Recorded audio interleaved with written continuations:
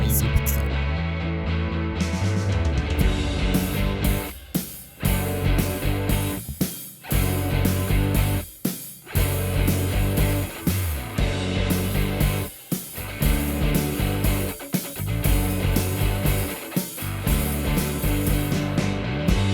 Hello and welcome to episode 16 of Unqualified Game Chat. I am your host, Azario Lopez, and with me today, my co-host, Spencer Legacy. Yes, indeed, it's Spencer Legacy. Oh, that was beautiful. Thank you for the serenade. That was I missed it last week. People got mad that I called you Spencer the Legacy last time. So I wanted to bring back the song, but Bring back the classic. to be fair, I like Spencer the Legacy better. Yeah, I just think it both. rolls off the tongue a little more. They unless both had my ego. Unless did anybody ever call you that? No, they mispronounced it and said leg ass. Oh. Yeah. So no one's ever called you Spencer the Legacy. That's like exclusive to me. Yeah, I'd say so. All right. That's the best friend thing then. That's the best friend thing. Mhm, I like it. mhm. So I like when people are named like Robert and people automatically will call him Rob. I wait and see if I'm allowed Are you a Rob to. or are you a Robert? Let's find out together. And then on top of that, I enjoy Robert more because everyone's gonna call the person Rob, and I don't want to be like everyone else. You got to go for the Robbie, like Robbie Rotten. You got to be like, Yeah. hey, Robbie. Yeah, and again, people might call him Robbie too. So I just want to be as formal and as unique as possible. So what do you do when they say, "Oh, you can just call me Rob"?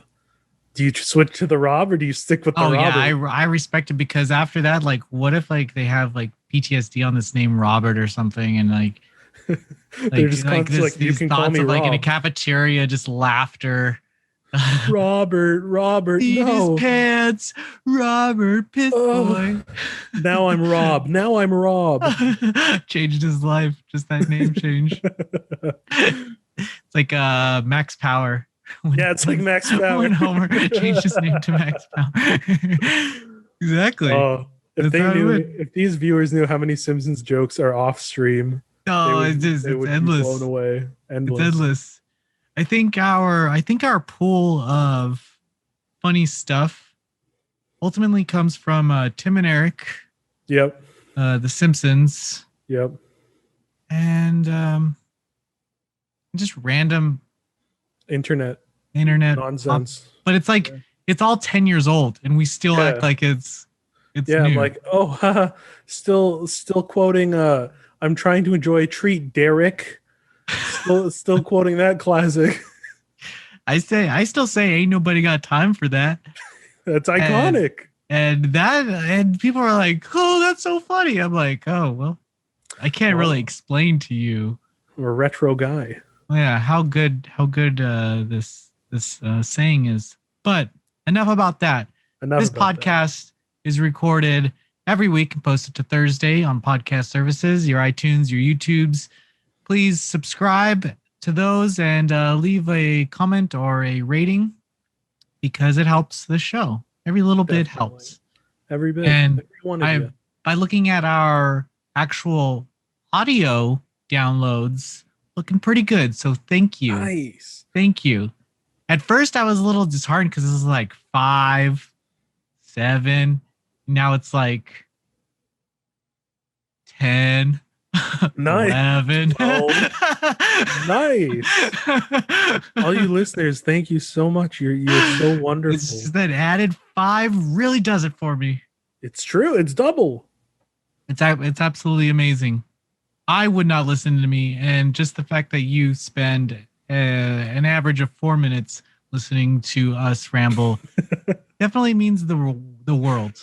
So I'm glad you all listened to the intro. That's where we shine the most. It does. It's all downhill from there. Yeah. Those who listen to the end might hear me say something ridiculous, but like my brain cells like lose after a while, and I'll start dropping F-bombs and I don't want to hear about games. I want to hear more about funny Tim and Eric. Yeah. Yeah. But thanks for listening. And Spencer, what are you playing? Well, I didn't have anything to review this week because Hmm. still waiting on some stuff to come in. So I was like, you know what? Growing up, one of my favorite series in the world was Mega Man Battle Network. So I was like, I played like 3 onward when I was a kid. So I was like, you know what? I have a ambiguously legal modded Wii U. Uh, so I was like, I'll play Mega Man Battle Network 1. I love those games. It's my favorite Mega Man. I love the art in them, the music. So I was like, yeah, I'll play that old gem. And the first one, it's rough around the edges, but there's something I mentioned in an earlier podcast that I really like spin-offs because they're ways to experiment with IPs that bring people in while still doing something weird. Mm-hmm. And I think Battle Network's like the pinnacle of that, where it was like, what if we made Mega Man a kind of action RPG on the Game Boy? And it's like, that's really weird, but it works so well. And the I'm a big fan of stuff that's like inside the internet stories, like Digimon and everything. So it hit all those notes for me, and I've just been having a grand old time playing through. I finished 1, and I was like, I'll start 2, see if I get a review copy because 1 was pretty short, and it's such a fun, unique series that I feel like has kind of been forgotten a little bit. Like there's no collection of it like there is for like Zero and X. So I want to get people talking about it again because it was so unique and so fun that I've been really having a blast going back to it. It's cool that that you that you have a good time. But I'm wondering if a game like that released now, would it be popular? It's tough to say because for the story and the atmosphere, it's very 2000s. It's very like the internet is amazing.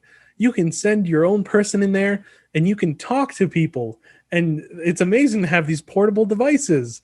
So it's like that probably wouldn't work as well now because I don't think anyone's like the internet's amazing now. Like, oh fuck. The internet, fucking Oh, the internet. internet. It's not like in the days of the early 2000s where it was like, wow, wonderment. I've been having these thoughts like why are there people out there that feel like games hit a peak in the 80s and 90s? Yeah. Like nothing is better than Super Metroid, and just like all the other Metroids after that Metroid Fusion. are like insuperior, Yeah. like Super Mario is the bar of That's platformer, wild to me. and nothing is gonna be better than that. Nothing's gonna be better than Final Fantasy VII. And like you have a series like Battle Network that tried new stuff, and in our minds, like games like Digimon World and just very minute stuff with minute like nuances Mm-hmm. and like stuff you have to kind of be prepared for before going in. Yeah, Um definitely with Digimon World. yeah, and just we in our heads were like, well, that game was good, but I don't hold like a game like uh the first Battle Network, which I didn't necessarily like, and I Mm-hmm. could tell because I rented it for a weekend and I didn't want it again. But playing like Battle Network 3, I actually enjoyed that game. Yeah. But there'll be people who are like, no, the first game, that's it, and then it's all down. Even like Resident Evil, they'll say like the first 2 Resident Evils are the best, and then everything after that. And it's just strange to me, like why in our heads games can't get better? Why can't we say Yeah. like this is the best game? You have like series that dance around that because they're not connected, like Final Fantasy or Tales, You know, and even they're then, not. people will be like, nothing beats Final Fantasy 6, nothing beats Final Fantasy Yeah, 9, nothing and in beats it 10. and it makes it works a little easier because they don't connect Yeah, chronologically. You know, like you can play them, and so yeah, sure, you can list those games out as because everyone's gonna have a different take. yeah. But everyone knows eight's the best. That's an interesting opinion. You got the GFs, The you got GFs, the you got the the classic GF. CDs, Yeah, there was a lot of acronyms in that game. you got the squalls, You got Zell eating hot you got the dogs. Zells. Uh, and then but for series and for genres too, you have like these old ass games that are the best, and nothing comes back. I've fallen into this too, and that's why I've been thinking really hard about why we feel this way. And it's strange to me. Like I hated the new Mario Odyssey, and I was like, this sucks Really? compared. I was like, this sucks compared to Super Super Mario 3D or Mario 64. Um, and then I go back and play Mario 64, and I'm like, why in my head was this so good? I think a lot of And it is nostalgia. Although I think it's got to be. 64 holds up well. It's got to be. It's got to be nostalgia. Yeah, and to your point, yeah, it does hold up well. But you compare it to Galaxy, and I'm like, oh no, nothing's gonna be Galaxy. Sunshine's so good, yeah. Yeah, And but why can't I just treat Odyssey as like its own Odyssey. game? Yeah. Why do I have to compare it to these other games that it's not? Because it has the same name. Like Yeah, they're both Mario. So yeah. it's fair that like in your mind you'll be like, oh, I'm gonna compare that. Like that's why people compare entire series, like all the Mega Man spin-offs. They're like, well, my favorite's Mega Man Legends. Well, my favorite's Mega Man X. It's if it has the same name or it's like the same, even like if it shares the same universe, Hmm. like then people will be like, oh, well, I prefer this one. And that's just part of it's nostalgia. Part of it is how well it holds up. Like there are certain games that like I think it actually does apply to. Like I would say Crash Bandicoot, um, like the PS1 ones are the best ones compared to Definitely. like the later. So I think some of it's nostalgia, some of it's how well they hold up, some of it is how the franchise was treated as it went on. Yeah. Although the new one is really Yeah, good. I did. Yeah, And I I enjoyed played it, four. and actually I really enjoyed it. Yeah, So I really enjoyed it. and I think for that game I cut myself off from thinking about the first one.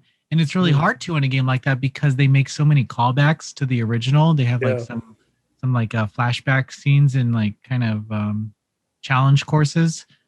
But ultimately, you, now that you bring it up, that game really nails setting itself apart and causing me not to say this is Crash Bandicoot. You know, like yeah, this is this person's Crash Bandicoot. This is not Naughty Dog's Crash Bandicoot. yeah, for sure. I think that makes a lot of sense too. Maybe it's because I just don't like this idea of comparing things anymore. I don't want to do that anymore. Yeah, you want to assess things as their own product. Yeah, it's That's hard. fair. It's It is hard. hard. It's really hard to separate things from each other, So back especially to with like social media. yeah, and back to Battle Network. If they did reboot it, I feel like it would be a completely different thing. Oh yeah, it would be like Star Force. Like Star Force was like the next one. So I think it would Yeah, be a way more modernized, different take. So I think Battle Network could only exist in that time period that it was made. yeah. A collection of the titles on modern consoles would be way better than trying to reboot it Yeah. or do something new. If you want to do a sequel, I wouldn't even say no to a sequel, but I would Mhm. want to look it through the lens of me never playing those games before and me as a fan playing this game now. Yeah. Totally Um, fair. it's tough. It's tough as a critic. Um, we'll get into it when we talk about what I'm playing, but I kind of had to do that with the game that I played last week. Nice. Yeah, so I just wanted to say I love Battle Network and everyone should legally play it. Because it's a lot of fun, and I think it has one of my favorite art styles. Because like it's so fun to just see like if you've played old Mega Man games, so like the Robot Masters, so it's like, oh, this is Cutman.exe, and he looks like kind of different. You're like, oh, that's what Gutsman looks like. That's what like it's really because fun. they're not in their like 8-bit. Yeah. They're like 2000s anime versions, and that's my aesthetic right there. So it's fun. But I think that's Zero. I think Zero really nails that too. Inti Creates knows what's up when it comes to that stuff. Know what's up. Yeah, I got to go back to the Zero games. So yeah, I think the Zero nails that anime Mega Man, and you know, what was the new Mega Man? Was it 7 or 11? 11, yeah. Yeah, 11. It's not like it's not like that game's bad because the game is okay. Mm-hmm. I don't like this 3D style that's easier for developers now. Yeah, it's not as fun as pixel art. You have like Wonder Boy coming out with it too, where it's like a 3D like Unity looking. The new Ni no Kuni 2 does it on the overworld map, where it's like the Unity version of them, and it's just like this like shiny ball, and like everything's really shiny and smooth looking. Yeah. I hate that style, but I realize in my head, well, they're using this because it's so much easier to develop than working with pixels. Of course, sure. Like making something look like Mega Man X or the old Mega Man isn't feasible with this style of development. And you have these tools that are free instead of trying to recreate an old engine or use something else. But I hate it. I can't stand that. I just love pixel art. That smooth, like really weird shaded stuff. Yeah, it's because you can tell immediately what it is. So you're like, I'm on to you. But it might be purely just budget. Like, this is the only way we can make this game is if we use this. And I can understand that. Yeah. Yeah. But I would definitely prefer something back to the pixel days. Yeah, me too. And again, Inti Creates with Blaster Master 3 coming out. Blaster Master 3. Oh my god. Yeah, maybe it's because they didn't buy a new engine and they just like use their old engines from years ago. They just maybe the same thing. Yeah. Well, if so, hey, keep going. I'm all for it. Yeah.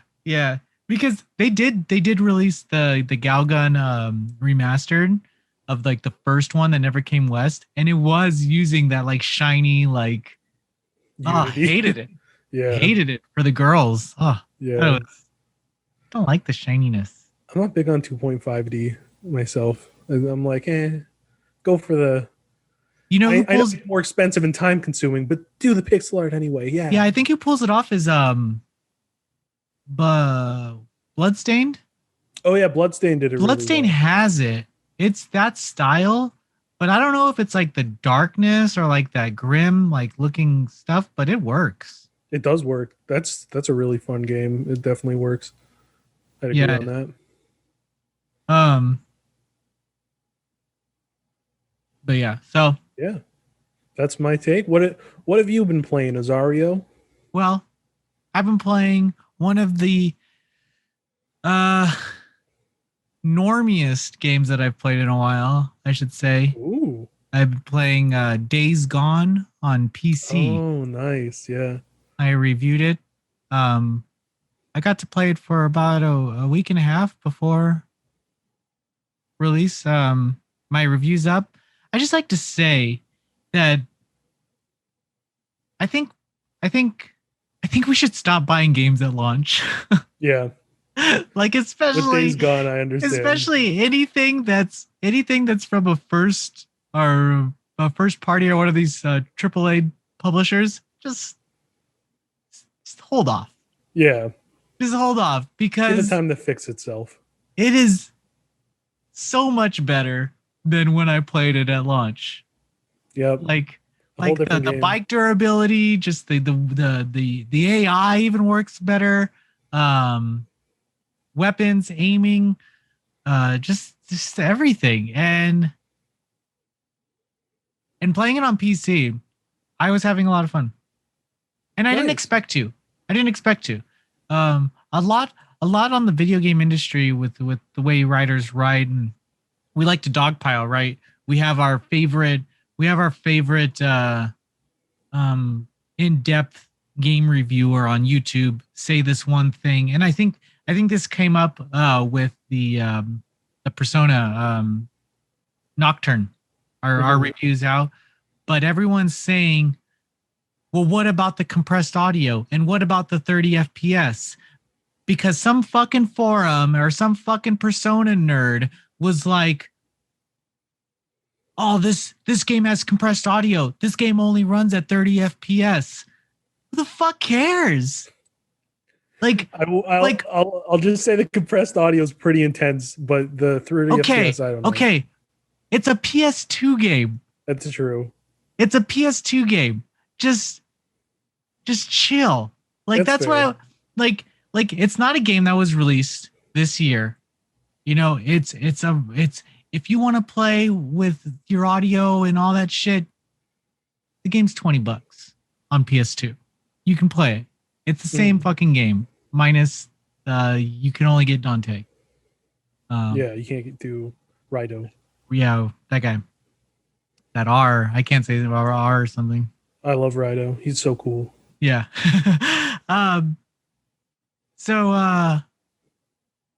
But regardless if it's like a significant fact, I just don't see why that determines how fun the game is to play, and why I don't think the compressed audio, while it is a complaint, makes the game not fun.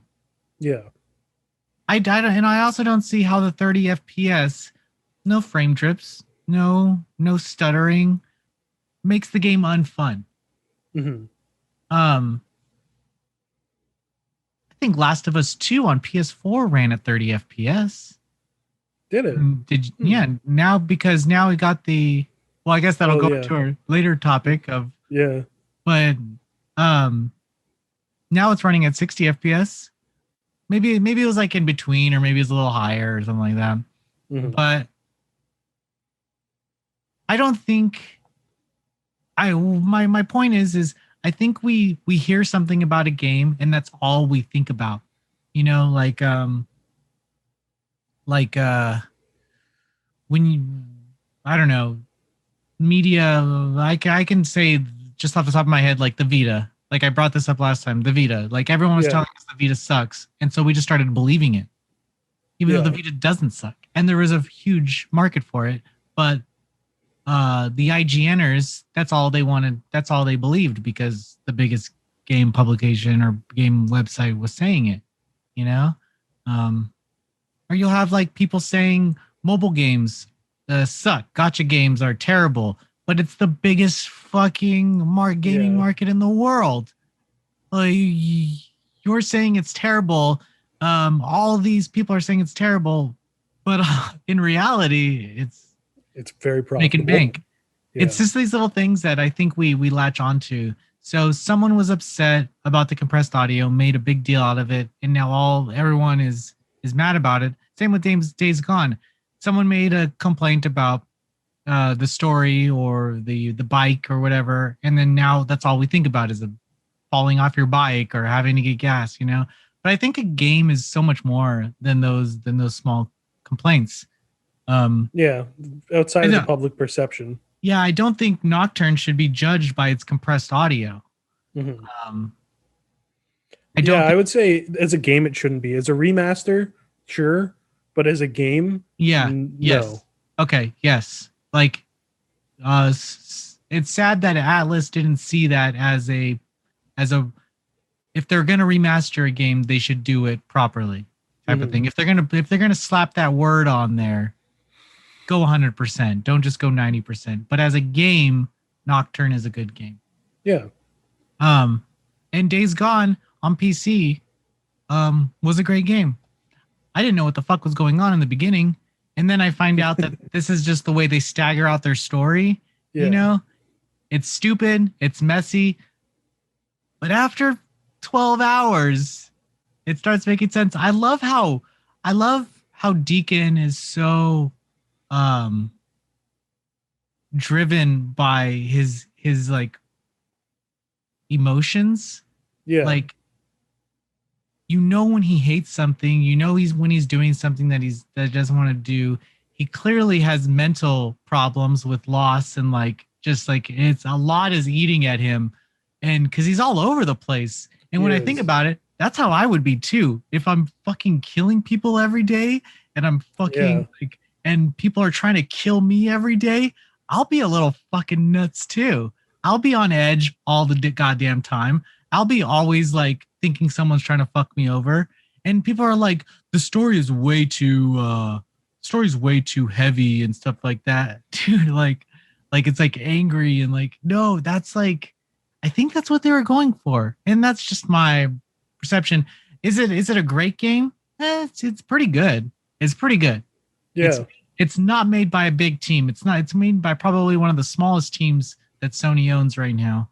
And I think they did a damn good job. And Sam Witwer's in it. I love Sam Witwer. Yeah. He's great. He's the best. Yeah. This is just one of those games that I didn't think, because I remember on PS4 I only played it for about 4 or 5 hours, and returning to it now was a totally different experience. Maybe I should go back to it. Yeah. It's pretty short. Yeah. And it's I like the way that it always leads you to different points on the map. I'm never like, in playing Valhalla, I'm always on my map trying to find like little things out of the way and like little points of interest. But here, once you complete a mission, it's already sending you somewhere else. Like, you don't have to think. It's already sending you to the side missions and stuff. I like that. Yeah. I rarely had to look at my map until I wanted to find secret stuff. That's when I started looking at my map. Yeah, because some days you're just tired. You're like, I don't want to look. I don't want to. Which is like, yeah, that's fair once in a while. Just be like, I like being guided.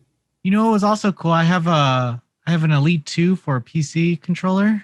I said to myself, if I'm going to be playing PC games now, I'm going to do it the most comfortable way. But it was crazy playing a Sony game with an Elite 2, and it made me wish that Sony came out with a premium controller. Why the fuck did they release those back panels for the PS4 like 2 months before PS5 launch? Yeah. I was like, you know what? They're going to release a PS5 DualSense 4 with back panels, you know? But they didn't. Why did they even release that in the first place? It's a weird decision because, like, if you want an Elite controller, you have to go to like Astro or something. And it's like, why isn't Sony doing it? Yeah. Why aren't they making like a really, really nice controller? Yeah. Mind-boggling. So it was cool that I got to use an Elite 2 for that game. Nice. Yeah. But that brings us into our discussion today, and that's last gen to next gen, the upgrade. I want to know your thoughts on playing upgraded games. Does this, if you beat a game on PS4 and they say, hey, got a PS5 upgrade, do you play it? I don't necessarily replay the game, but if I ever do go back to it, it'll be on the PS5.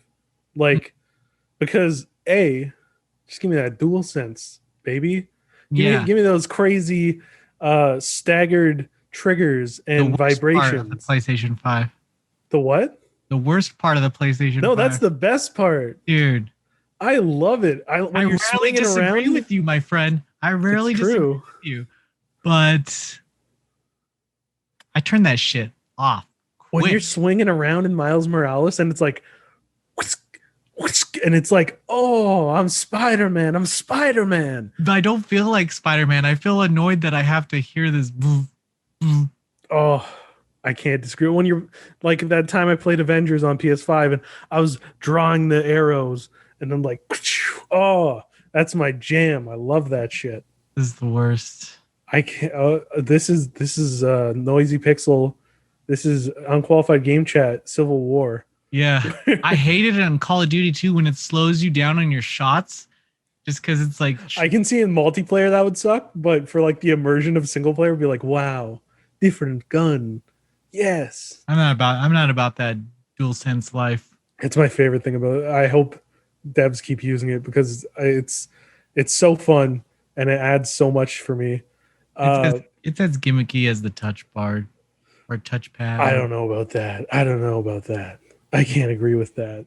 Leave a comment. Who do you support if you own PS5? Let us know. Are you a DualSenser or are you hashtag Team Azario or hashtag Team Spencer? You tell us. we'll check all three comments about it and see who won.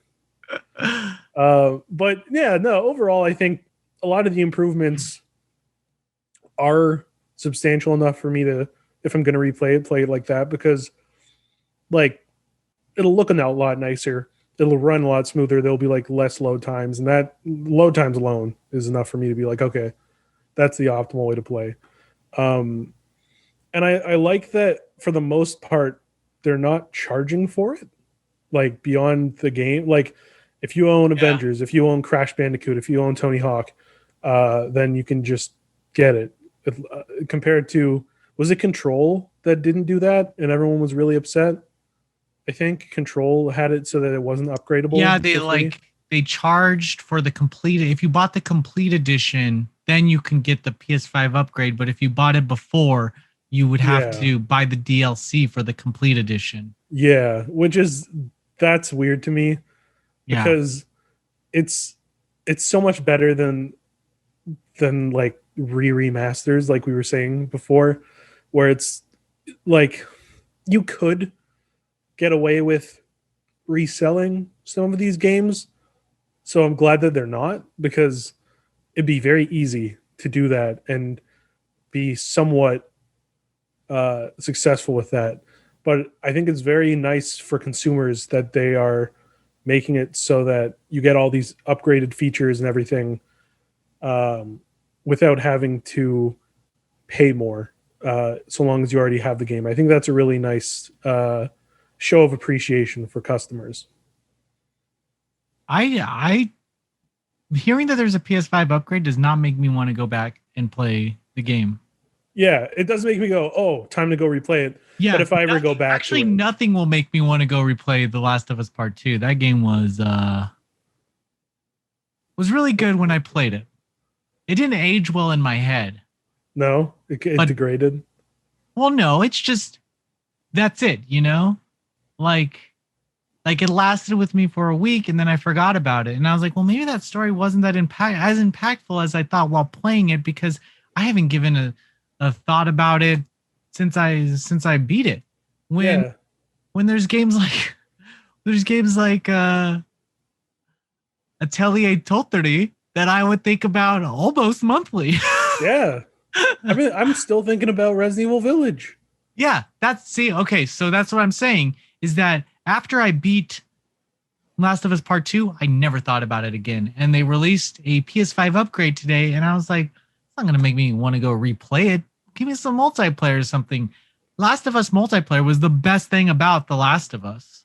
I think that's just to prep for the PS5 remake of 1, so that you can, if you have a PS5, you can go right from 1 to 2 on your PS5. That's my assumption. Oh, shit. Because you're right. The reason why I think you're right is because this PS5 upgrade really doesn't have anything in it. It just has the 60 FPS, the 4K, and faster load times. But I don't necessarily think that was such an issue with the PS4 version. Mm-hmm.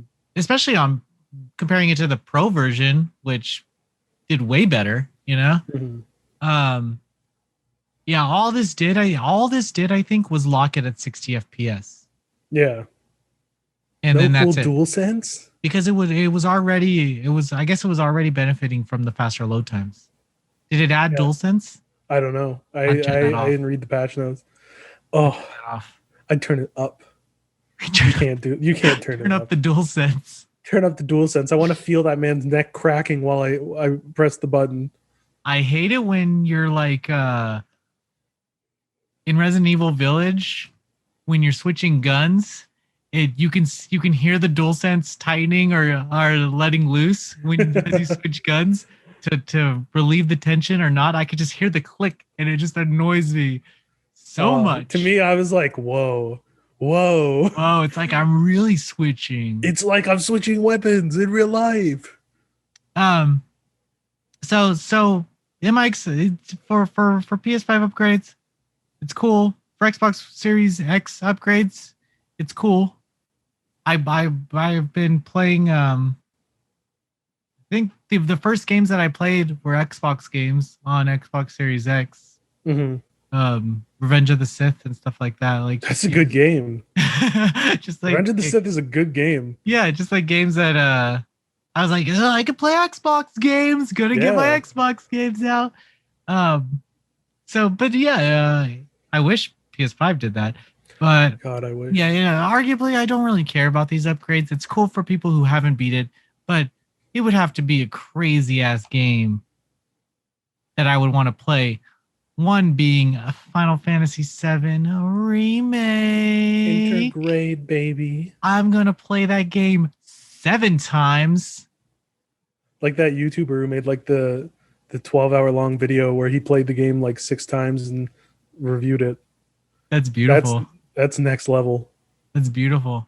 Yeah, I feel like I want to replay that game.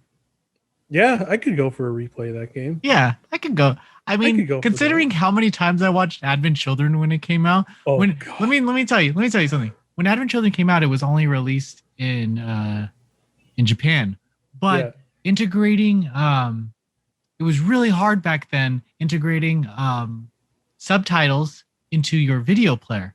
Mm-hmm. So what we did was we downloaded, me and my friend, we downloaded the script, the translated script that someone posted to a forum, and we read it with the movie. That's dope. You see, I was about to say, I think I watched it more than you, but that's pretty next level. So that's how I experienced the first time. And so I didn't actually read a lot of it. So I missed a lot of it. And how old was I? Like 16 or something? I was very young. Must have been sophomore in college. But that's how I experienced the first time I watched it. And then someone released the subtitles and we watched it again. But that's how crazy it was. How much I wanted to watch it was that I couldn't wait for someone to make a subtitle. I wanted to rewatch it so badly that when I was on a vacation in Boston, I bought it on UMD so I could watch it on the plane instead of waiting to get back home. That's awesome. So I had it on DVD. I had the limited edition DVD with the books that take place between 7 and Advent Children. I had it on UMD. I had it on VHS, I think, and I had it on Blu-ray. Dude, how cool is it? How cool is that scene when Vincent shows up in the fucking in the forest? Forest. He's just a blob and he goes woo woo woo. So cool. Iconic. Like I remember thinking Vincent was cool in Final Fantasy VII, but seeing him in Advent Children, like confirming this guy is fucking cool.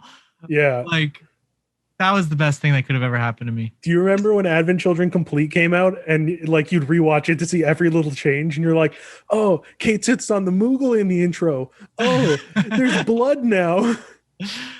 The way they stagger that release was totally like on us, trying to get money. And I just pre-ordered the 4K version of it, so I'm like the problem. I'm tempted. Yeah.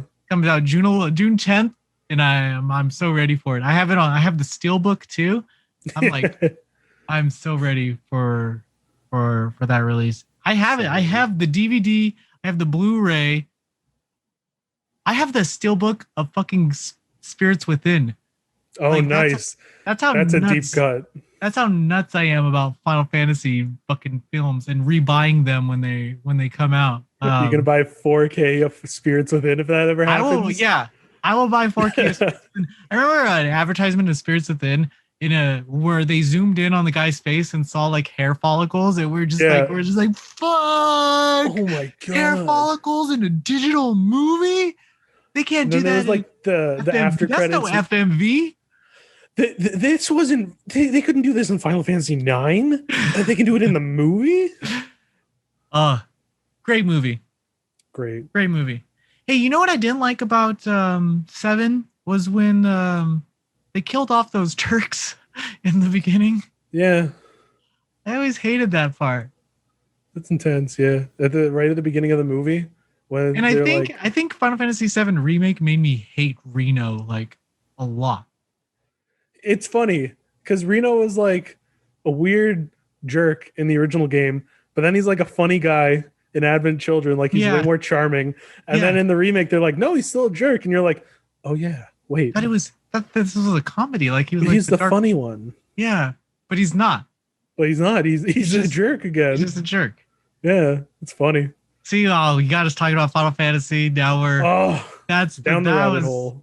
That's the Achilles heel of this podcast. It's our silver bullet. To end this podcast, name 5 things that aren't Jackie Chan. In general? Yes.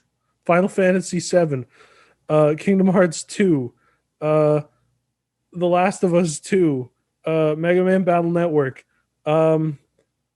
Now I'm thinking about Jackie Chan Adventures on WB Kids. You said it. Bruce Lee. He said, don't think about Jackie Chan. And then my mind went to Jackie Chan Adventures. Well, that's our show. Thank you so much for watching. We kind of got off there, but let us know if you like PS4, PS5 upgrades, how you feel about them. And let us know if you like the DualSense controller. Hashtag Team Azario or hashtag Team Spencer. There you go. Let us know. See you next week. Bye, everyone.